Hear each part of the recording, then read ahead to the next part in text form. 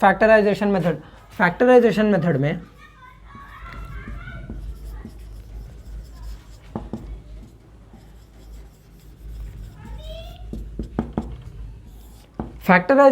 में अगर आपकी एक इक्वेशन है ax square plus B X plus C is equal to 0, ये इक्वेशन में आपको मालूम करना रहता, आपको कुछ भी नहीं करना है। ये एक मेथड है, ये इक्वेशन है, इक्वेशन से रूट्स मालूम करना है, मगर कौन सा मेथड से?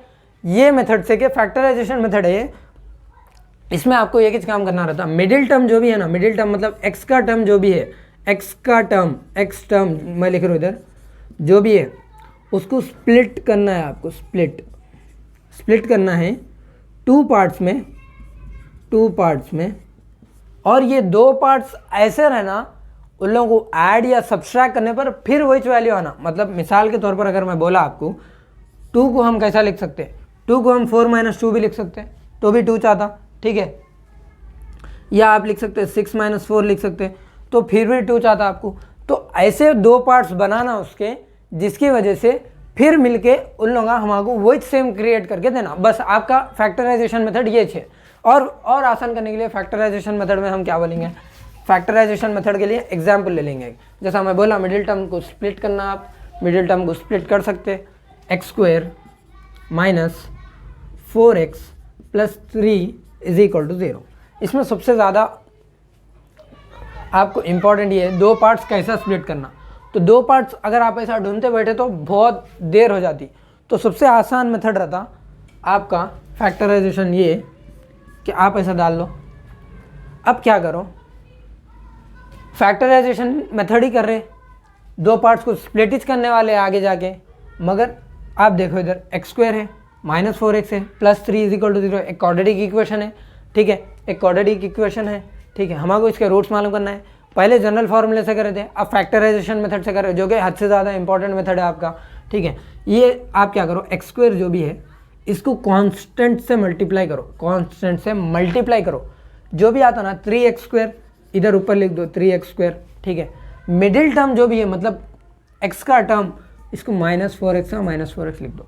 अब यहाँ एक नंबर आता, यहाँ एक नंबर आता। अच्छा सुनो आप, या दो ऐसे नंबर्स आने वाले हैं जिनको मल्टीप्लाई करने पर ऊपर वाला आना और एडिशन सब्सट्रैक्शन करने पर नीचे वाला आना, बहुत ज़बरदस्त है, ठीक है। मैं यहाँ एक नंबर लिख सकता हूँ, क्या लिख सकता हूँ आप इधर देखो, मैं यहाँ एक नंबर लिख सकता हूँ। अगर मैं यहाँ 3 और 1 लिख दिया, 3x और 1x लिख दिया विथ नेगेटिव साइन, ये तो आपको थोड़ा तो लॉजिक लगा के लिखना पड़ता, ठीक है।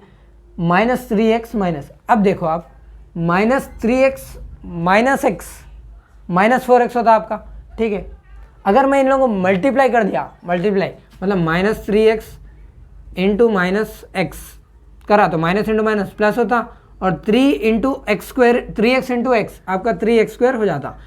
तो यहाँ दो ऐसे टर्म्स लिखना, मिडिल टर्म स्प्लिट कर रूँ मैं आपका कि -3x -1x लिखने पर इन लोगों का मल्टीप्लिकेशन आपका ऊपर वाला देना और एडिशन सब्सट्रैक्शन आपका नीचे वाला क्रिएट करके देना। इतना तो समझ गया आपके इसमें कैसा करना, ठीक है।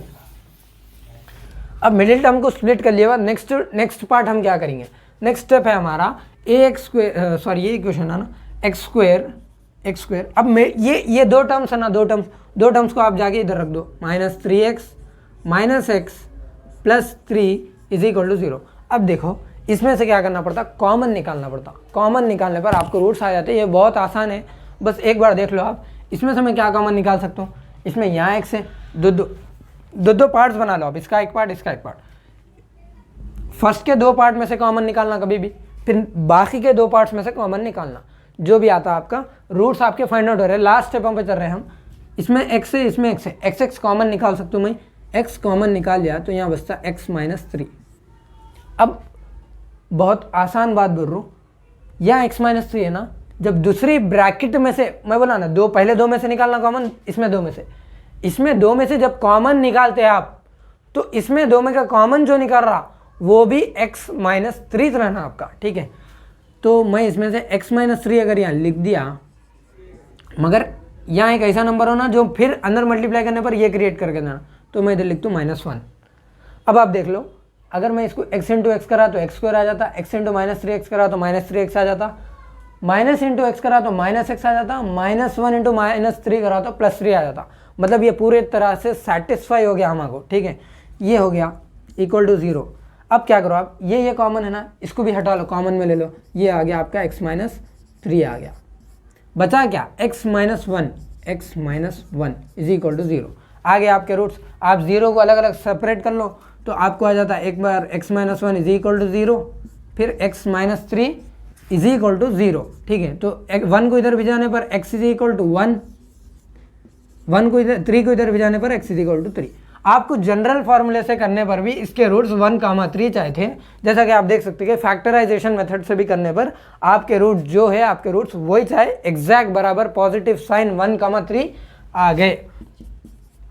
तो फैक्टराइजेशन मेथड में आपको इंपॉर्टेंट क्या है, फैक्टराइजेशन मेथड समझ गए होंगे आप। इसको मैं रब कर देता हूँ यहाँ से, और एक बार आपको फैक्टराइजेशन मेथड में क्या करना है वो समझा देता हूँ आपको। फैक्टराइजेशन मेथड है, तो फैक्टराइजेशन मेथड आपका मैं आपको एग्जांपल से करा दिया था। फैक्टराइजेशन मेथड में a² प्लस bx जो भी इक्वेशन है थी, मैं यहाँ जनरल इक्वेशन ले रहा हूँ।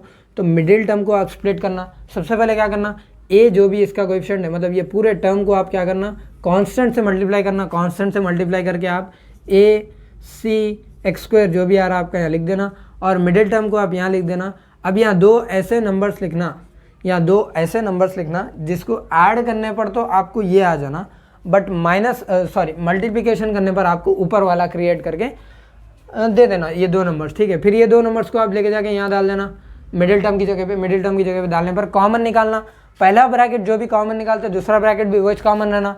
फिर वो दो ब्रैकेट्स को कॉमन में लेके जो बचता है उसको ले लेके एक्स के साथ जो भी दो ब्रैकेट्स है उसको 0 के इक्वल करके आप ले सकते हैं। फैक्टराइजेशन मेथड हो गया। फैक्टराइजेशन मेथड में दो प्रॉब्लम्स करेंगे, दो प्रॉब्लम से आपको समझ में आ जाता है कि फैक्टराइजेशन मेथड में क्या। ये प्रॉब्लम ले तुम्हें, एक ये लेता हूँ x² - 4x + 3 is equal to 0 एक हो गया आपका, और एक मैं ले रहा हूँ 2x² - 8x + 6 is equal to 0, ठीक है।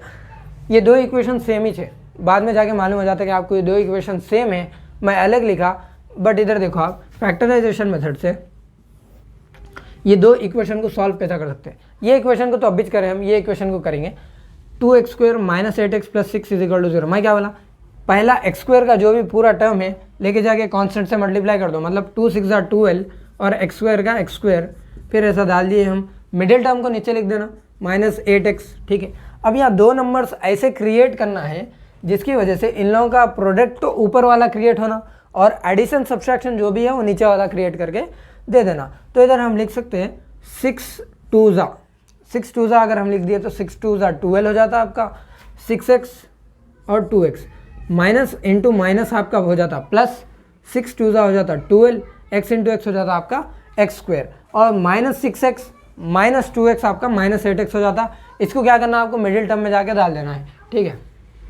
2x² - 6x - 2x + 6 is equal to 0। अब इसमें से कॉमन निकालना है। इसमें देखो आप, यहाँ 2 है, यहाँ 6 है। अगर मैं इसमें से 2 कॉमन निकाल लिया तो यहाँ तो कुछ भी नहीं बचता, यहाँ 3 बचता, ठीक है। बाहर जो 2 कॉमन में रहता वो अंदर मल्टीप्लाई होकर फिर आपको 6 क्रिएट करके दे देता। और x जो भी जगह है तो मैं क्या कॉमन निकालता हूँ, 2x कॉमन निकालता हूँ, और अंदर बच गया आपका x - 3। फर्स्ट ब्रैकेट जो भी आया जैसा मैं बोला था, सेकंड ब्रैकेट भी आप वैसे डाल लो x - 3।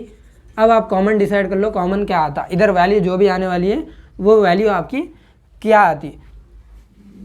तो इधर अगर मैं -2 लिखा, आपका -2 लिखा, तो आप देखो -2 इंटू एक्स -2x हो जाता, -2 इंटू -3 आपका +6 हो जाता, ठीक है। अब जो भी दो ब्रैकेट्स कॉमन में थे उन लोगों को x - 3 लिख दो एक जगह, और एक यहाँ बचा आपको 2x - 2 इज इक्वल टू 0। अब एक एक ब्रैकेट को 0 के बराबर कर दो आप, x - 3 आपका हो गया इज इक्वल टू 0 के बराबर, और 2x - 2 इज इक्वल टू 0 के बराबर हो गया। अब क्या करो आप, x को मालूम करना है, तो इसको 2 को इधर भिजाते, तो 2x इज इक्वल टू 2 हो गया, 2 को फिर इधर भिजाओ, x is equal to 2/2 which is आपका 1, ठीक है। और x इज इक्वल टू यहाँ तो आपका 3 हो गया। इसके रूट्स है 1, 3। इसको भी फैक्टराइजेशन मेथड से आपको 1, 3 चाहिए थे। ये इक्वेशन में मैं खाली ये इक्वेशन को, पूरी इक्वेशन को आपको 2 से मल्टीप्लाई कर दिया था, 2x² माइनस 8x, और ये हो जाता +3, मतलब 2 3 6, और ये तो 2 × 0 0 हो जाता आपका, ठीक है। मैं ये खाली 2 से मल्टीप्लाई कर दिया था, तो इससे कुछ भी चेंज नहीं आता। मैं यहाँ मेन बात आपको बताने वाला था a के बारे में। अगर आपका a 1 है, मतलब x² का कोएफिशिएंट आपका 1 है, तो आप फैक्टराइजेशन मेथड में कैसा कर सकते हैं, टाइम बचाने के लिए, सिर्फ टाइम बचाने के लिए, x² माइनस 4x प्लस 3 = 0, ये पूरा हम इससे मल्टीप्लाई करते हैं, मतलब 3x², और मिडिल टर्म को नीचे लिख देते हैं -4x। अब इसके टर्म्स देखते हैं, हम क्या आए थे, हमारे 3 और 1 आए थे, जहाँ हम यहाँ -3 माइनस 3x -1 लगा दिए थे। तो यहाँ जो भी वैल्यूज़ है ना, जो भी वैल्यूज़, उसके पॉजिटिव वैल्यू आपके आंसर रहते, जब भी आपका a 1 के बराबर रहता, तो आपको यहाँ कॉमन निकाल के कंफ्यूज तो नहीं होते, बट कैलकुलेशन मिस्टेक नहीं जाने के वास्ते आपको ये मैं बोल दे रहूँगी, यहाँ -3x या -x है ना, जो नंबर्स हैं आगे उसके पॉजिटिव वैल्यू से आपके रूट्स है, जब भी आपका a 1 के बराबर रहता। जब भी आपका a 1 के बराबर नहीं रहता, a ≠ 1, ये ट्रिक है, वो तो आप इससे इसमें कंफ्यूज मत हो जाओ। a ≠ 1 है जब ये फैक्टराइजेशन मेथड आपको लगाते वक्त, तो a ≠ 1 में आपको क्या हो रहा बोले तो a ≠ 1 में आप ऐसा नहीं कर सकते, आपको कॉमन निकालना पड़ता। इसको हम जब फर्स्ट बार करे थे, इसको भी कॉमन निकाल के करे थे, मगर ये एक सिंपल सी ट्रिक है।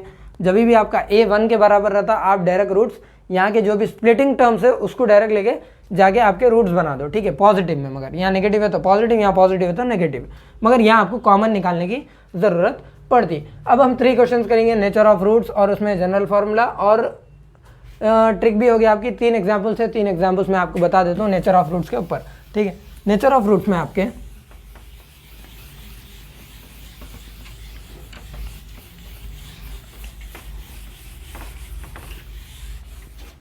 है, आपके 3 एग्जाम्पल्स मैं कराता हूँ आपको।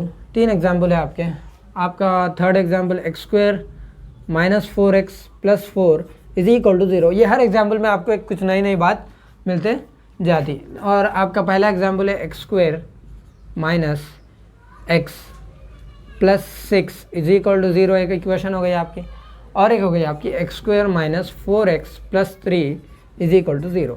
आप इधर देखो, x² माइनस x प्लस 6 = 0 एक इक्वेशन है। अब हमारे क्या करना है, ए बी सी की वैल्यू तो मालूम, इधर a की वैल्यू 1 हो जाती, b की वैल्यू कुछ भी नहीं है, मतलब -1 हो जाती, और c की वैल्यू आपकी 6 हो जाती। मैं इधर भी ए बी सी की वैल्यू लिख देता हूँ, a की वैल्यू आपकी 1, b की वैल्यू आपकी -4, c की वैल्यू आपकी 3, ठीक है। इधर भी देखो आप, a की वैल्यू 1, b की वैल्यू आपकी -4, c की वैल्यू आपकी +4।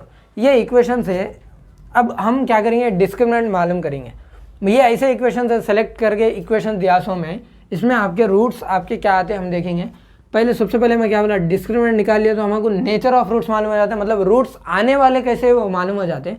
तो फार्मूला क्या था, b² माइनस 4ac, ठीक है। आपकी b की वैल्यू -1 है, -1 का स्क्वायर बोल तो +1 हो जाता है इधर, -1 × -1, और यहाँ माइनस का -4, a तो आपका 1 के बराबर है, बट c जो है आपका 6 के बराबर है। तो आप इधर देखो, इधर जो भी है आपका -4, ये तो 1 है, 1, ये तो 4 1 4 हो गया, 4 6 24 होता, -24, ये आ जाता आपका -23।